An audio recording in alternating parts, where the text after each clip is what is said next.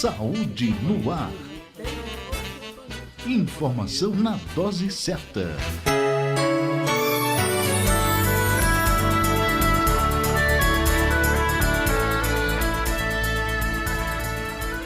Olá para você que sintoniza o programa Saúde no Ar. Estamos juntos a partir de agora, desejando a você uma excelente semana. Que bom estarmos juntos mais uma vez.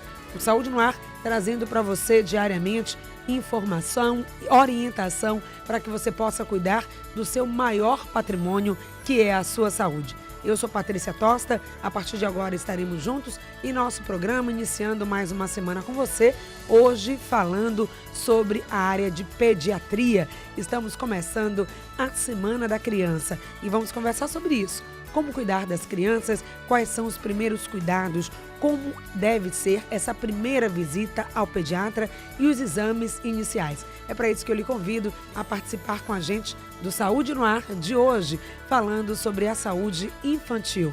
Os nossos canais de participação, você já sabe, é o nosso e-mail produção@portalsaudenoar.com.br. Acesse também o nosso site, é o www.portalsaudenoar.com.br.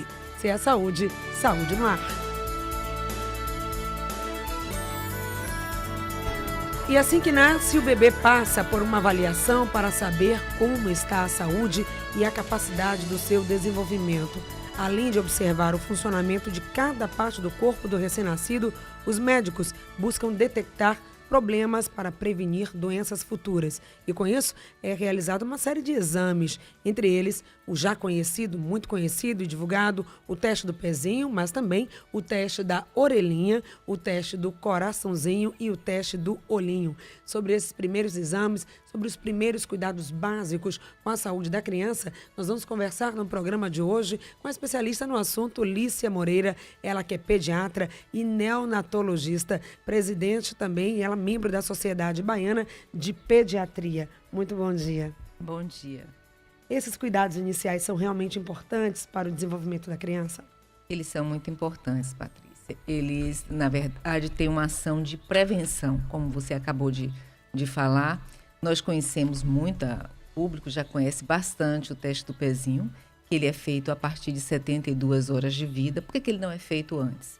Porque alguns dos exames que são feitos no teste do pezinho dependem de um volume de dieta. E nos 3 primeiros dias, a criança ingere ainda um baixo volume de leite, né, de colostro, né, da produção de colostro e de leite materno. Então, esse teste poderia dar falso negativo. Por isso que nós fazemos a partir de 3 dias o teste do pezinho, e isso tem mudado muito. Ele vai detectar uma série um teste de triagem, na verdade o nome científico é a triagem neonatal. Ele faz uma série de triagens de algumas doenças que poderão, se a gente dá um diagnóstico precoce, ter os cuidados iniciais e evitar que essa criança tenha problemas no futuro.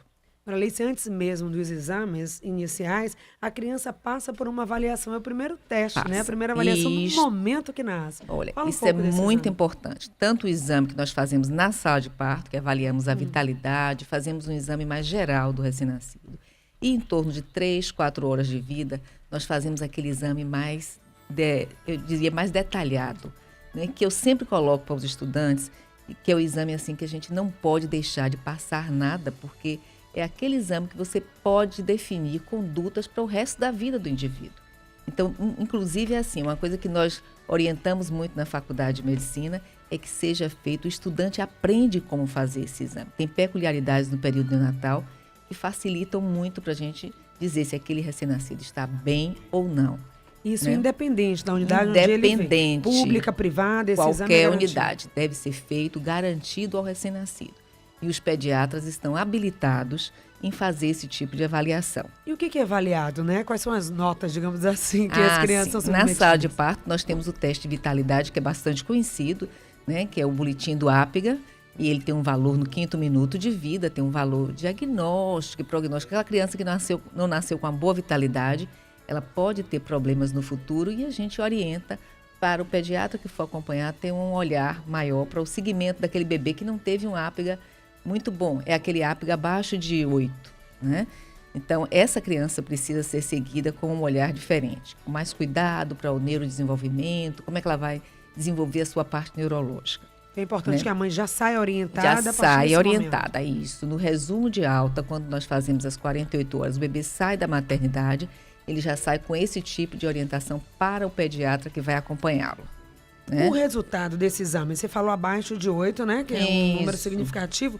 Ele vai variar, depende do quê? Do pré-natal, da condição da mãe, da própria condição dessa criança? Depende, sobretudo, da condição da criança. É claro que o pré-natal vai estar influenciado. Se é um prematuro, se é uma criança que a mãe não teve acesso ao pré-natal ou não fez um pré-natal de modo adequado.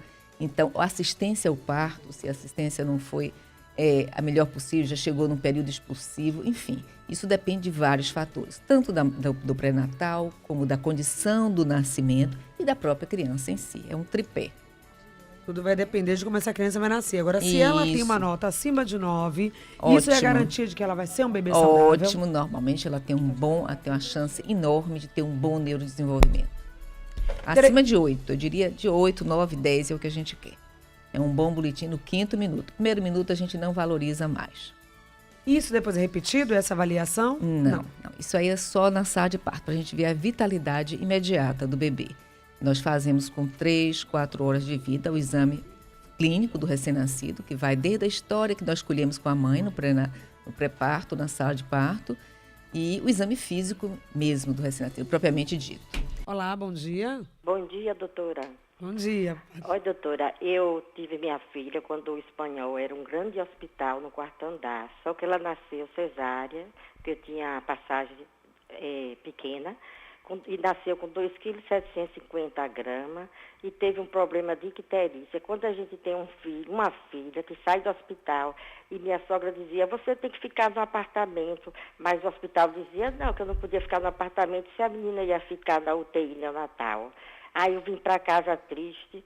Aí minha filha também, agora do Rio de Janeiro, ela teve uma criancinha, a criança vai fazer 4 meses.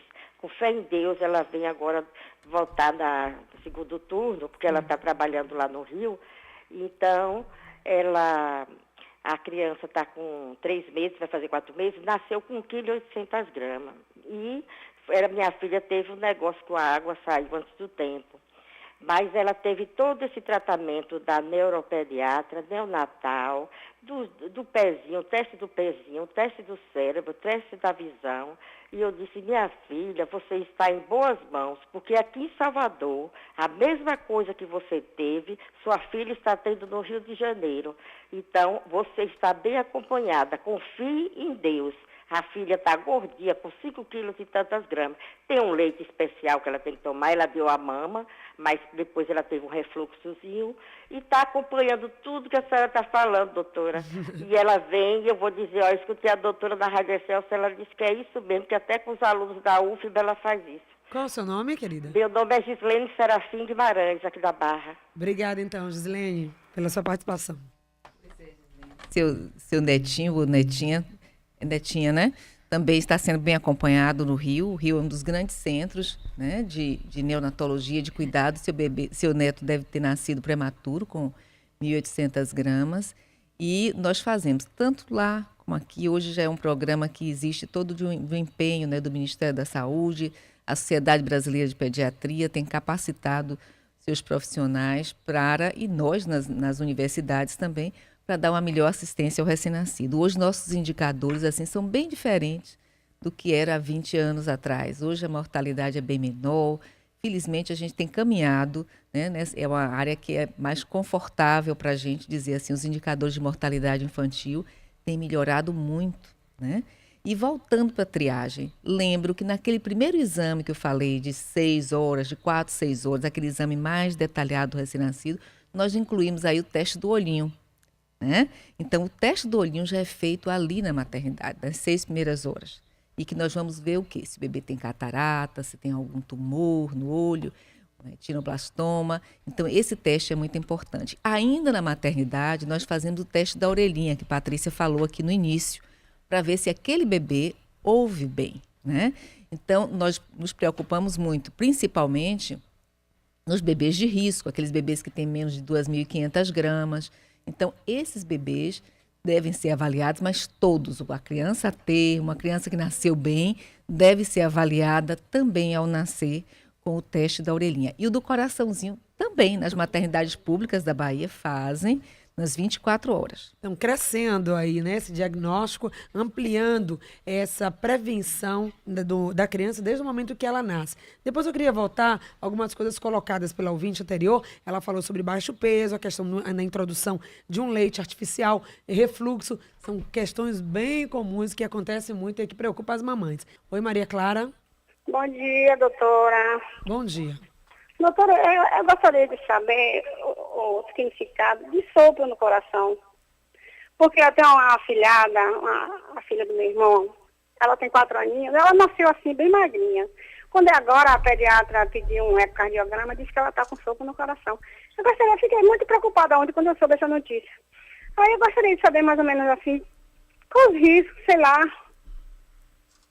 Ok, esse diagnóstico de problema cardíaco já nos primeiros momentos, na primeira infância, doutora? Isso é comum?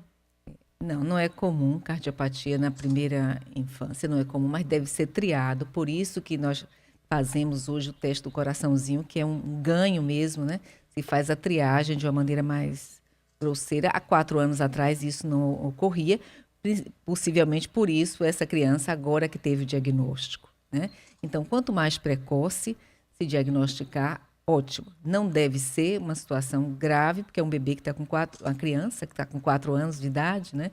E agora no achado de exame físico, mas de qualquer forma deve ser visto, avaliado pelo especialista para ter a melhor condução possível. Um assunto importante, claro, vamos tratar também aqui ao longo do nosso programa Saúde no Ar de hoje, mas agora nós queremos conhecer um pouco do trabalho do Martagão Gesteira, referência no atendimento de crianças e adolescentes. Saúde na sua cidade. Nossa convidada, Adriana Cardoso, pediatra e diretora técnica do Hospital Martagão Gesteira. Bom dia, Adriana. Bom dia, Patrícia. Então vamos conhecer um pouco do trabalho do Martagão, a abrangência hoje, quantas crianças vocês recebem e os serviços que são oferecidos pela unidade. Perfeito. Em primeiro lugar, gostaria de agradecer a produção, da Rádio Celso pelo convite de estar aqui, apresentando um pouquinho do trabalho da nossa instituição. Portanto, o Martagão Gesteira é hoje um hospital exclusivamente pediátrico, o único de Salvador, que atende a 100% da população do Sistema Único de Saúde. Então, ele é 100% SUS, é uma instituição filantrópica, sem fins lucrativos, e que hoje, como Patrícia, você colocou, é referência para o atendimento à saúde infantil de todo o estado da Bahia. Nós temos hoje 170 leitos ativos, são cerca de 7.000 atendimentos mês, 700 cirurgias cardíacas, 700 cirurgias como um todo, e a referência em alta complexidade, tanto cirurgia neurológica, cirurgia cardíaca, oncologia. Nós temos hoje um público, principalmente, tanto de Salvador, região metropolitana, mas também todo o interior do estado. Então, essa mãe que busca esse atendimento, esse acompanhamento, até na área de alta complexidade, como você falou, tem lá no Martagão Gesteira esse suporte. Perfeito. Agora, qual é a porta de entrada? Como é que ela tem acesso a esse serviço, Adriana? Perfeito. Então, hoje esses pacientes, eles podem entrar para o Martagão Gesteira através da rede municipal de saúde. A marcação é realizada nos próprios postos, e a mãe, ela não precisa se deslocar quando ela tem um município que é pactuado com Salvador, ela pode fazer a marcação no próprio posto de saúde do município. Então, o paciente chega ao Martagão, hoje nós temos um atendimento pediátrico de forma integral, que é realizado diariamente no hospital, e mais de 30 especialidades médicas, como neurologia, cardiologia, gastro, otorrino, cirurgias. Então, ortopedia, todas essas especialidades médicas podem ser agendadas e conduzidas no próprio hospital. Se você tem alguma dúvida, ou já é paciente, já faz o seu acompanhamento, o acompanhamento do seu filho ou filha no Martagão Gesteira e quer tirar dúvidas, aproveita também essa oportunidade para conhecer um pouco melhor o serviço. Nós estamos falando também hoje com a professora da Universidade Federal da Bahia, pediatra e neonatologista, Lícia Moreira, falando sobre a saúde da criança. E a pergunta da nossa ouvinte, ela falou algo que às vezes acontece e que deixa a mãe um pouco preocupada, que é a icterícia. Que problema de saúde é esse? Qual seria a causa e o tratamento, doutora? A icterícia ocorre, é uma das situações bem frequentes no período neonatal. Em torno de 30%, 40% dos recém-nascidos têm algum grau de icterícia. O que é isso? É a manifestação na pele, clínica, manifestação clínica do aumento de um pigmento chamado bilirrubina. Esse pigmento, ele vai ser decorrente ou de uma destruição de hemácias, quando, por exemplo, a mãe tem um grupo sanguíneo e o bebê tem outro. Então, existe uma incompatibilidade, então destrói hemácias e isso vai produzir bilirrubinas. E a tradução do aumento da bilirrubina, como eu falei anteriormente, é a icterícia. Pode ser por isso. Isso é uma causa relativamente frequente. E a mais comum é o que nós chamamos de icterícia fisiológica. O fígado ainda não está maduro, o organismo ainda não está maduro para metabolizar, para caminhar com esse pigmento, e aí acontece que a icterícia vai se manifestar no recém-nascido. Então, as causas mais comuns, a mais comum, na verdade, é a icterícia fisiológica.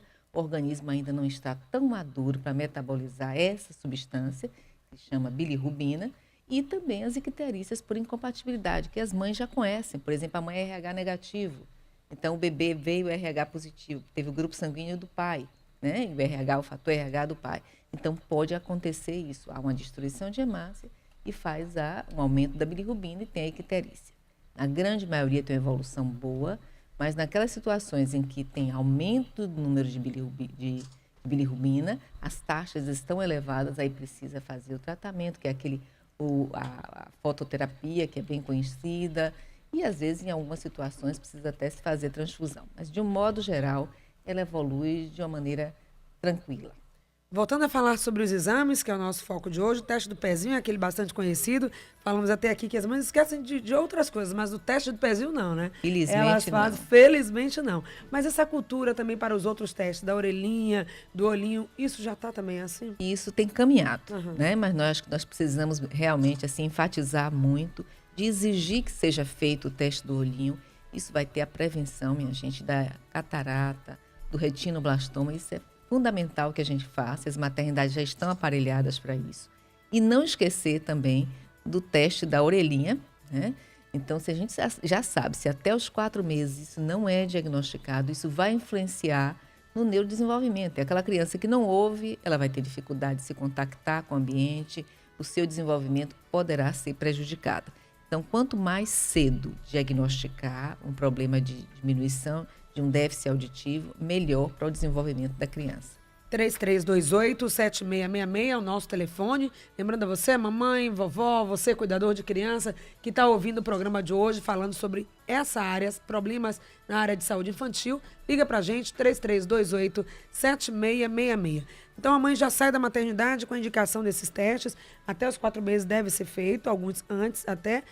Na rede pública, ela encontra facilmente essa assistência. Depois vamos saber também no Martagão se aparece algum problema de saúde, é detectado em alguns desses exames, como o Martagão dá suporte. Olha, na maternidade ela deve fazer já o teste do olhinho, o teste do coração e a solicitação do teste do pezinho. Porque, como eu falei, o teste do pezinho se faz a partir de 3 dias, então a gente já dá a solicitação e ela faz nos postos de saúde. Quanto ao teste da orelhinha, nem todas as maternidades ainda estão capacitadas, mas eu acredito que em breve, pelo menos na cidade de Salvador, as maternidades estarão habilitadas para poder fazer o teste da orelhinha. Se não tiver, tem alguns locais em Salvador, na rede SUS, nós estamos falando da rede SUS, e os pacientes têm acesso, as crianças vão ter acesso para fazer essa triagem. Lá no Martagão, quando aparece algum tipo de problema, quais são os problemas mais comuns que vocês tratam lá, Adriana? Então, Patrícia, é importante que as mães fiquem atentas, como a doutora Alicia colocou, a importância da realização desses testes, né? Porque no Hospital Martagão Gesteira, a gente atende algumas crianças que, por conta do próprio acesso, muitas vezes, ou a mãe inicialmente foi indicada a realização do teste, mas por qualquer razão não pôde realizar. A gente atende algumas crianças com consequências, né, do algum problema de saúde, que isso vai interferir e a gente vai poder acompanhar lá na instituição. Por exemplo, hoje nós temos um programa dentro da instituição, em parceria com o governo do estado, dito Projeto 600 Corações. Então, o teste do coraçãozinho é um teste novo ainda, mas que já é realizado e que é fácil realizar, na verdade, nas maternidades. Então, a gente pode conduzir esse paciente lá como? É detectado o problema ao nascimento, né? O defeito cardíaco congênito, ele pode acontecer em 1 a cada 100 crianças. E a gente teve, há 5 anos atrás, tinha uma fila de 500 crianças com defeitos cardíacos que por falta de acesso, muitas vezes, ou por falta de diagnóstico precoce, não tinham ainda sido realizadas cirurgias. Então, a gente fez em parceria com o governo esse programa e hoje a gente tem 540 crianças operadas na instituição, né, graças a essa parceria, que podia ter sido detectado mais precocemente, logo ao nascimento, essa criança teria um melhor prognóstico, a melhor sobrevida, né? Quando a gente faz o teste, ao nascer, detecta o problema e logo é encaminhado para o pediatra, para o cardiologista, para que seja feito o exame especializado, o ecocardiograma, o atendimento pediátrico integral, junto com o especialista, que é o cardiologista. Então, hoje nós temos já uma quantidade grande de crianças operadas, né, graças a esse projeto, e ele pode ter apoio do teste do coraçãozinho, que é realizado logo ao nascer. Outra situação, por exemplo, muito comum é em relação ao teste da orelhinha. Né? O teste da orelhinha, quando é detectado um problema ao nascer, a criança ou alteração auditiva, ela é encaminhada a um serviço de fonoaudiologia, um serviço de otorrino, e a partir daí essa condução é feita, porque a gente sabe que os problemas da linguagem, os problemas de aprendizado, eles se devem muitas vezes por alterações auditivas que podem ser detectadas logo ao nascimento. Então, daí a importância desses testes, né, que devem ser feitos logo ao nascer. Às vezes dá uma demora para esse diagnóstico, às vezes a criança é considerada até como autista, ou que ela tem baixa capacidade de aprendizado, e nada, né, mais é do que simplesmente um problema de audição. Não ouve, aquela criança não ouve, e esse exame não foi feito a tempo antes dela iniciar a fase escolar. A bilirrubina, que eu falei, que leva à icterícia, é um pigmento, se ele vai para o sistema nervoso central, para o cérebro, né, da criança, ele pode dar alterações de comportamento, alterações, sobretudo alteração de motora, a criança pode demorar mais de andar, pode ter dificuldade até mesmo sobretudo motora, de andar, mas pode ter também dificuldade no aprendizado, mas isso são níveis bastante elevados. O Roberto Santos, eu acredito, e as maternidades assim, estão, na verdade, assim, bem aparelhadas e tudo, e naquela época já estavam, tanto que seu filho ficou 14 dias lá, então para se fazer um tratamento adequado. A gente não vê muito isso hoje mais, né, como se via há 30 anos atrás, né, de ver crianças que podiam, que a gente chama de impregnava o sistema nervoso com essa substância chamada bilirrubina, e isso poderia dar problemas no futuro. Hoje isso é bem menos, porque as maternidades, os médicos já estão capacitados para dar um diagnóstico mais precoce e tratar adequadamente. Eventualmente a gente encontra ainda crianças que tenham problemas decorrentes de aumento de bilirrubina, mas isso já bem menos do que em outras épocas. Mas fica difícil a gente dizer assim. Pode ter sido outros fatores que tenham levado a isso que você chama de bastante mais nervoso, que seu filho esteja bastante mais nervoso. Mas assim, é difícil a gente dizer que foi por icterícia. Existe essa possibilidade? Existe. Não deve ter sido uma icterícia tão tranquila assim, porque levou 14 dias em tratamento, né? Mas fica difícil, como eu já falei algumas vezes, da gente afirmar que é por conta da bilirrubina. Às vezes uma preocupação da mãe, ocorre isso, às vezes a primeira gestação, o primeiro filho, e mães que não conseguem levar o filho para casa logo nos primeiros dias. Ele acaba tendo que ficar internado por conta da icterícia ou baixo peso, e é uma preocupação depois se o desenvolvimento dessa criança que tomou antibiótico logo no início vai ser normal. Doutora, fala um pouco disso. Pois é, por isso que a gente tem que ter a garantia, quando o bebê precisou de algum suporte no período neonatal, do seguimento. O pediatra, nós já orientamos a mãe 48 horas após a alta do hospital, ter uma consulta com o pediatra, procurar e o pediatra ficar atento para como é que a criança está crescendo, como é que está desenvolvendo, se tiver alguma alteração, encaminhar para fisioterapia, encaminhar para fazer uma orientação mais adequada, a depender do que esteja ocorrendo no evoluir do desenvolvimento. Então, ficar bem atento para isso. Hoje, e já há algum tempo, existe essa preocupação, né? Tanto a Sociedade de Pediatria, como as escolas médicas, todas têm capacitado o pediatra nesse sentido, de olhar mais para o desenvolvimento da criança e para o crescimento também. Hoje é um grande desafio essas crianças, porque a gente pensa assim, nasceu pequeno, não vai engordar, mas às vezes a criança que nasceu muito pequena tem uma chance também de ser obesa no futuro. Então, hoje já existe todo esse cuidado, né, do pediatra de ficar atento tanto para o crescimento, para evitar que a criança não cresça adequadamente, não seja bem nutrida, como também a criança obesa, né, e a criança que tem alguma necessidade neurológica. E nesse ponto também, Martagão, dá essa assistência, Adriana, criança com baixo peso ou acima do peso, criança que está com problema de obesidade, ou desenvolveu ou tem um problema neurológico, como é o suporte que é dado lá no hospital? Então, Patrícia, como eu coloquei, hoje a gente tem mais de 30 especialidades médicas, né, dentro da instituição. Dentre elas, nós temos um ambulatório de nutrologia, por exemplo, que a gente direciona as crianças com baixo peso, pacientes com obesidade e outras doenças como desnutrição, que apesar de ter reduzido muito nos últimos anos aqui no nosso estado, né, em virtude de todas as campanhas realizadas de saúde, a mortalidade infantil ao longo desses anos tem diminuído e a desnutrição era uma grande patologia que era responsável por essa mortalidade. Nós hoje temos ainda pacientes desnutridos que recebemos de todo o interior, né, do estado. Então, esse segmento é feito, no momento inicial pode ser feito internado, depois é realizado ambulatorialmente. E além disso, a gente tem outra especialidade de extrema importância, que é a neurologia, que acompanha os pacientes com problemas neurológicos, com atraso de desenvolvimento, transtornos de linguagem, cognitivo, tudo pode ser realizado na própria instituição. Testes diagnósticos, né? E também todo o processo terapêutico é conduzido lá. Então, quem vem do interior vem pela regulação ou é indicado por um profissional? Como é que é feito esse fluxo para captar, Adriana? Pelo interior, ele pode ser, se o município ele é pactuado com Salvador, ele pode marcar o atendimento diretamente no posto de saúde do próprio município, ou então, caso o paciente necessite um internamento mais prolongado, alguma coisa especializada, é feito através de central de regulação do estado.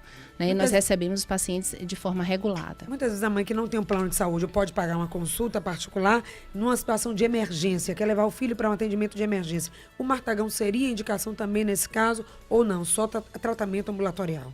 Ele é feita essa emergência, na verdade, a nível de as unidades do estado, né, de emergência, recebem um paciente. Então, os outros hospitais em que tem emergência porta aberta, porque nós hoje temos uma emergência referenciada.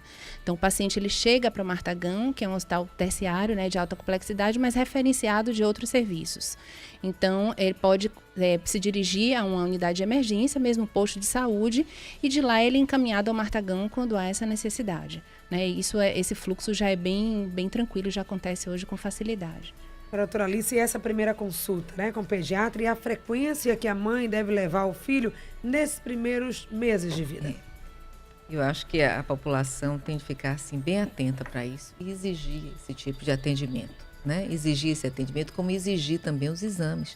Como as mães cobram, como você falou, o teste do pezinho, por exemplo, não deixar de perguntar, fez o teste do olhinho, fez o teste do coração, a mãe também tem de cobrar. Né? Eu acho que os pais, eu não digo a mãe, mas os pais têm de cobrar. Bem, o atendimento do recém-nascido nós fazemos e orientamos que com 48 horas após a alta da maternidade. Normalmente as crianças ficam em torno de 48 horas na maternidade. Depois disso, 2, 3 dias, deve ser agendado para o pediatra ver o peso, se perdeu muito peso, se perdeu peso a mais do que o esperado, se tem icterícia, como já foi aqui falado algumas vezes.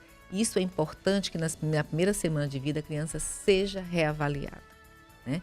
Posteriormente, com 15 dias e nos primeiros 6 meses, mensalmente. O médico deve avaliar como é que a criança está, orientar, sobretudo o aleitamento materno.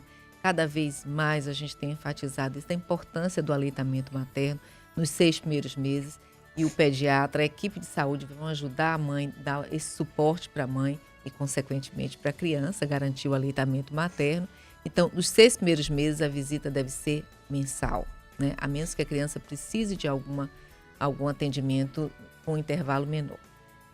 Então, essa consulta deve ser feita, esse acompanhamento também importantíssimo, até por essa questão do peso, né? Que estávamos falando antes. Muitas vezes a mãe, ela fica muito insegura com relação à questão do aleitamento materno. E aí tem sempre alguém para aconselhar, e ela começa a introduzir a papinha, o leite artificial, porque ela não acredita que é capaz de nutrir o seu filho. Isso também vai ser importante para o desenvolvimento depois da criança? Mas sim, a garantia do aleitamento materno, gente, é fundamental. A gente não deve esquecer de estimular mesmo a mãe, de garantir isso, orientar a mãe desde a sua dieta, né? De uma dieta adequada para a mãe, de oferecer, até a técnica mesmo, que na maternidade a gente já faz isso, mas no posto reforçar. Será que ela está dando leite de uma maneira adequada? E isso até medindo o peso, vendo se perdeu o peso ou se não. Então isso vai dar um conforto à mãe e evitar que faça a introdução inadequada de alimentos que poderia o leite materno suprir adequadamente até os 6 meses. Se a gente garantir isso, até os 6 meses o leite materno vai ser muito bom, não só para o crescimento, a criança vai crescer adequadamente, desenvolve, cria imunidade para o assédio. Então, todas as propriedades que o leite materno tem e que a gente tem obrigação, dever de garantir isso para as nossas crianças, né? O Martagão acaba dando também suporte, Adriana, essa orientação para as mães, vocês fazem também, apoiam campanhas nesse sentido? É tão importante isso que a doutora Alicia colocou, né? Nós recebemos no ambulatório de puericultura, lá no hospital, mães muitas vezes com diversas situações, né? Em relação a medos, dúvidas com relação ao aleitamento materno. E nossa equipe de pediatra hoje faz esse papel de estimular o aleitamento, de orientar, de fazer com que a mãe fique tranquila, entender a importância do aleitamento no processo de saúde da criança, né? Que previne uma série de doenças. Nesse momento, a criança está recebendo os anticorpos maternos e outras coisas de defesa, outra defesa do organismo que é importante, né? Então a gente precisa fazer esse estímulo, né, ao aleitamento. E lá no Martagão a gente também ensina tanto os estudantes de medicina quanto os residentes de pediatria a uma capacitação profissional. A gente orienta como realizar o exame no primeiro momento que a criança chega, como conduzir, como que deve ser feita a puericultura no primeiro ano de vida, quais alimentos que vão ser introduzidos após o 6º mês que a criança passou esse período de aleitamento. Então, tudo isso é realizado.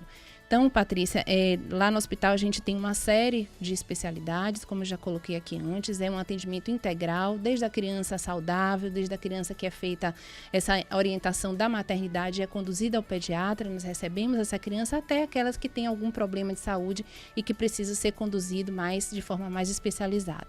Então, aproveito a oportunidade para os nossos ouvintes, né, para solicitar um pouco de apoio à instituição. Nós estamos agora fazendo uma campanha pelo site Quicante, que é um site de financiamento coletivo, né, com o objetivo de arrecadar 40 mil para a reforma da oncologia, da enfermaria de oncologia do hospital, né, que é um setor hoje que atende cerca de 150 crianças por mês, né, em atendimento oncológico.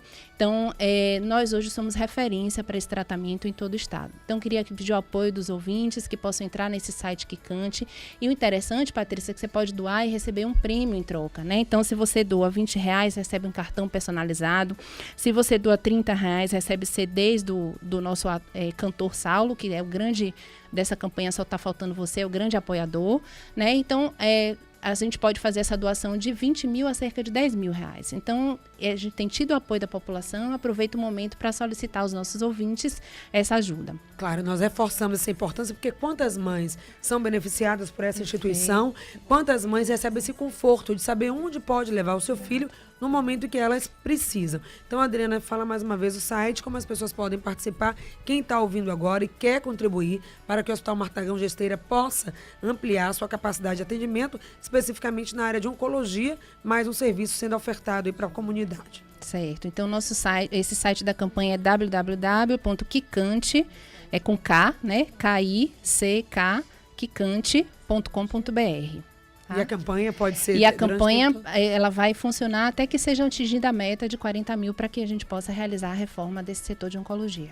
Muito obrigada, tá? Parabéns pela iniciativa e vamos pedir que você que está ouvindo, ouvinte do Saúde no Ar, contribua e ajude também a divulgar para que outras pessoas possam somar a essa grande corrente. Nós conversamos com a Adriana Cardoso, pediatra e diretora técnica do Hospital Martagão Gesteira. Obrigada pela presença. Obrigada a vocês. E também esteve aqui com a gente a doutora Alicia Moreira, pediatra neonatologista, ela que é membro da Sociedade Baiana de Pediatria, já foi presidente da instituição e é também professora da Universidade Federal da Bahia. Lembrando as mães, hoje foi o nosso objetivo falar dos exames, né, para o diagnóstico inicial da criança. Eu queria agradecer a oportunidade de estar aqui e também colocar que lá na Universidade Federal, na Maternidade Climeiro de Oliveira, nós damos assistência à criança de risco, a criança de alto risco, neonatal, os prematuros, temos uma UTI neonatal e temos o seguimento dos prematuros também de risco na própria Climeiro de Oliveira.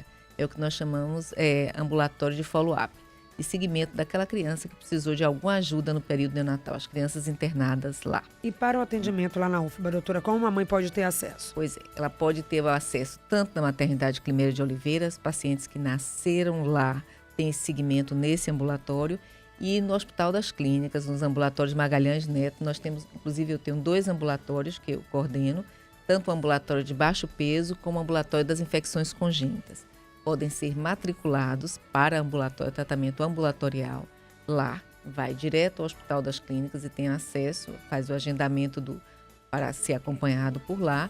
E temos também temos uma unidade de pequenos lactentes que nós funcionamos e atendemos sob o sistema de regulação. Não é porta aberta, nós não temos emergência, mas pelo sistema de regulação que nós atendemos de 0 a 3 meses. Isso o ano inteiro, as pessoas podem buscar esse cadastro? cadastro? O ano inteiro, exatamente. Mas lembrar que a prevenção é fundamental e isso pode ser feito desde o pré-natal, desde o atendimento ao parto adequado, a Sociedade Baiana de Pediatria e a comunidade médica mesmo tem apoiado muito isso no sentido de garantir um atendimento adequado ao recém-nascido durante o parto e o período neonatal. E eu acho que isso é bem importante, que a gente faça esse tripé, pré-natal, atendimento ao parto e ao período neonatal, para a gente melhorar uma série de doenças que poderiam ser preveníveis. E garantir a saúde das nossas crianças. Exatamente. Obrigada a todos, obrigada a você que fez com a gente o Saúde no Ar de hoje, que falou sobre a saúde da criança. Amanhã estaremos de volta falando também sobre a saúde do homem. Já convidamos você a participar aqui do Saúde no Ar. Um grande abraço, até amanhã. Saúde no Ar. Informação na dose certa.